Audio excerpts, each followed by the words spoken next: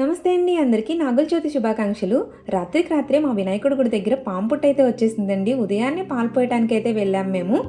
Chimney ఉండలు, చలివిడి వడపప్పు, తేగలు, అరటిపళ్ళు, కొబ్బరికాయ, బుర్రగుంజు, పాలు, అలాగే మా స్వాములు గుడ్లు వేయకూడదు కాబట్టి పట్టుకెళ్ళట్లేదు.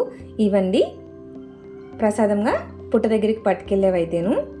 బుర్రగుంజు, తేగలు భూమి లోపల పండుతాయి కాబట్టి వీటిని అయితే స్వాములు తినకూడదు. అందరికన్నా ఫస్ట్ ఈరోజు పుట్టలో మేమే పాలు వేసాము. ఎందుకంటే మా స్వాములు పూజ టైం అయిపోతుందని కంగారు పెట్టేశారు.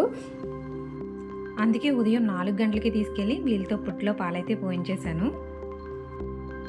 ఇదిగో తర్వాత ఇలా కాలువలో దీపాలు అయితే వదిలిపెట్టేశాము. 3 రోజుల నుంచి వర్షం విపరీతంగా వస్తుంది కదండి. ఈ వర్షంలో పొలాలు గట్లమ్మట వెళ్ళి పాము పుట్టలు వెతుక్కోవడం కష్టమవుతుంది కదా. అందుకనే మా పంతులు గారు గుడి దగ్గరే ఇలా పాము పుట్టనైతే పెట్టించేశారు. పుట్ట దగ్గర క్రాకర్స్ కాల్చుకోవాలి అనుకున్న వాళ్ళు సౌండ్ తక్కువ వచ్చేవి దూరంగా వెళ్ళి కాల్చుకోండి. ఉదయాన్నే చాలా జనం వచ్చారండి పుట్ట దగ్గరికి. ఇదైతే శివాలయంలో సుబ్రహ్మణ్యేశ్వర స్వామి.